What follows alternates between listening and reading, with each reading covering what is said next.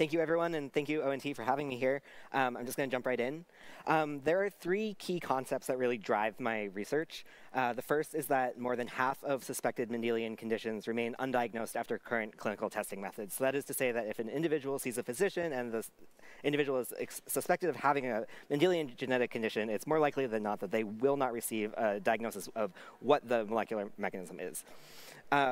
Per human genome, most variation is associated with structural variants, more than SNPs and indels combined, and structural variants being defined as variants larger than 50 base pairs. And then fewer than half of structural variants can be reliably detected by traditional short-read sequencing methods. So in the Miller lab at the University of Washington, we use ONT sequencing to discover pathogenic structural variants in unsolved genetic cases. An example of our success with this, we have collaborators who had a cohort of individuals with Canavan disease, diagnosis of Canavan disease, but no molecular diagnosis. And using long-read sequencing, we are able to identify a 2.6 kb SVA insertion in the ASPA gene, which was the causal variant in each of the individuals, at least one copy in each of these individuals of the cohort. But how do we prioritize variants like this when most of the databases and controlled data is short-read sequencing based? Our approach to this is that we need a long-read sequencing-based catalog of structural variants present in healthy individuals.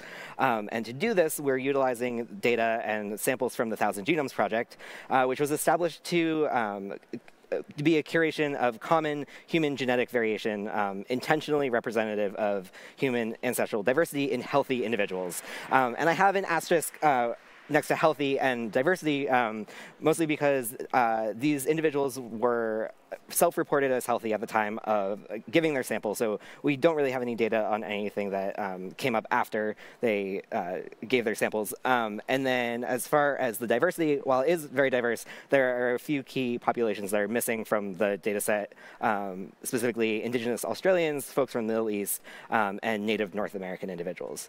But the data and the cell lines are openly consented for research and data sharing. The cell lines are commercially available, and they've been sequenced on a variety of platforms. So we have a lot of orthogonal data to benchmark to and compare to.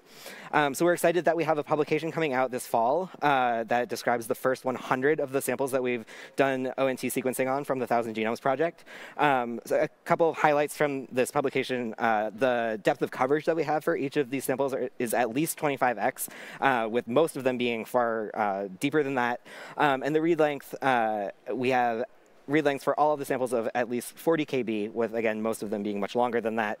And when we looked at the number of structural variants per individual by ancestry, for each of the callers that we used, it was pretty concordant with data that already exists in the literature for long-read sequencing.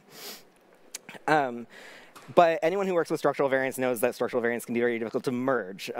It's often that structural variants within an individual or even between individuals can have conflicting or different representations. So here we have a screenshot of an individual. The top couple of boxes are the aligned reads in IGV, and then we have the assembly-based BAM, and then on the bottom we have how the callers called these structural variants. So based on the alignment, using our alignment-based structural variant caller, we get two tandem deletions being called. And in the assembly-based structural variant caller, we see that it's called as one big deletion.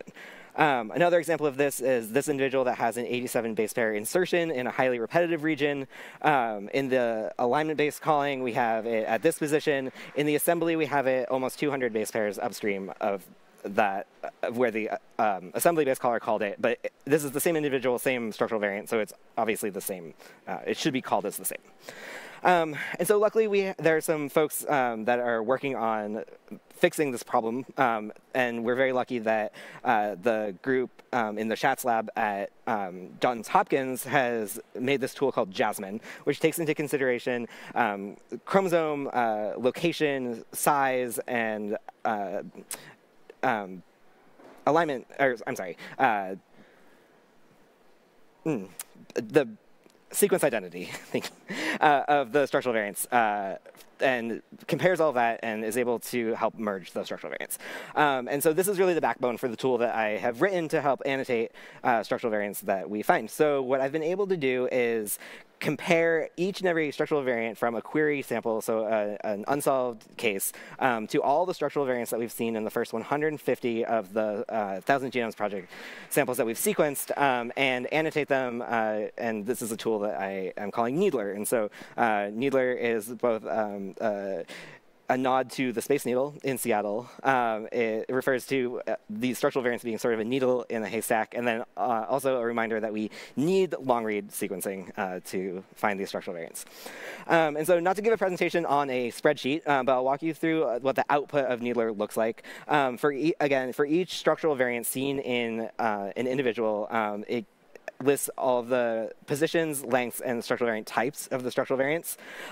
It lists which individuals from the 1,000 Genomes cohort have the same structural variant based on the merging done by Jasmine, the genotype of the structural variant in the query sample, the depth of reads for the alt and reference, and the total reads for the structural variant, the allele frequency in the 1,000 genome samples that we've sequenced so far, if the structural variant intersects with an annotated gene, if that gene is associated with an OMIM phenotype, if the structural variant intersects with a canonical exon, if it's in the centromere, pericentromere, or telomere, if it's in a short tandem repeat, a variable number tandem repeat, a seg-dup, or any other repeat region, if it's in an HT38 gap region, all of this is based on HT38 right now, and if it's in a high confidence region as defined by the TDTQ100 project. And then it also reports on ancestry-specific population and allele frequencies for each of the 5 superpopulations in the 1,000 Genomes Project. The overall allele representation in the 1,000 Genomes Project, and then as a sanity check, I have a Hardy-Weinberg equilibrium check. And we had 8 individuals that had been sequenced by us that had previously been unsolved by short-read sequencing or any of the other clinical testing methods. We did long-read sequencing on them, and we were able to identify the pathogenic structural variant. And so I used these as sort of positive control samples for needLR, and if it is actually filtering properly. So each of these 8 individuals had a total number of structural variants around 22,000 per genome. When I compared these to the structural variants in NOMAD, which is based on on short-read sequencing, we were able to filter them down to about 6,500 per genome. But when I filtered them, or when I used needLR for our first 150 samples from the 1,000 Genomes Project, I was able to filter it down to about 565 unique structural variants per genome as compared to the 1,000 Genomes data set.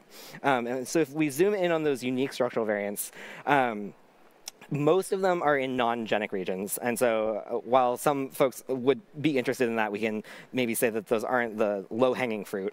And if we zoom in even further, the number of structural variants that intersect with a gene and a canonical exon of a gene and are associated with an OMIM phenotype are in the single digits for almost all of these samples. And I want to point out that the known pathogenic structural variant was identified in the needLR filtration for each of these samples. And so the next steps for this project, by the end of the calendar year, we're hoping to have 500 of the ONT sample, or sorry, of the 1,000 genome samples sequenced. And as we analyze those will be added into the back end of needLR. I am excited to incorporate other existing long-read sequencing data. So the HPRC and HDSVC have really high quality structural variants that are called, and then the Colors Consortium is making their data public. I want to add more annotations, including HPO terms, enhancer promoter associations. There's a group at Stanford that has a really awesome activity by contact database that I'm excited to incorporate, and then additional functionality. So a function where you can input a VCF from a proband and both parents, and it will not only give you information about the allele frequency and genomic context of those structural variants in the 1,000 genome samples, but will have information about which parent the structural variant was inherited from, and or if it was de novo. And so with that, I want to thank everyone from the Miller Lab, everyone in the 1,000 Genomes ONT Sequencing Consortium, the Eichler Lab at UW, and all the other labs that have done the sequencing, the Gregor Consortium for funding the project. Thank you.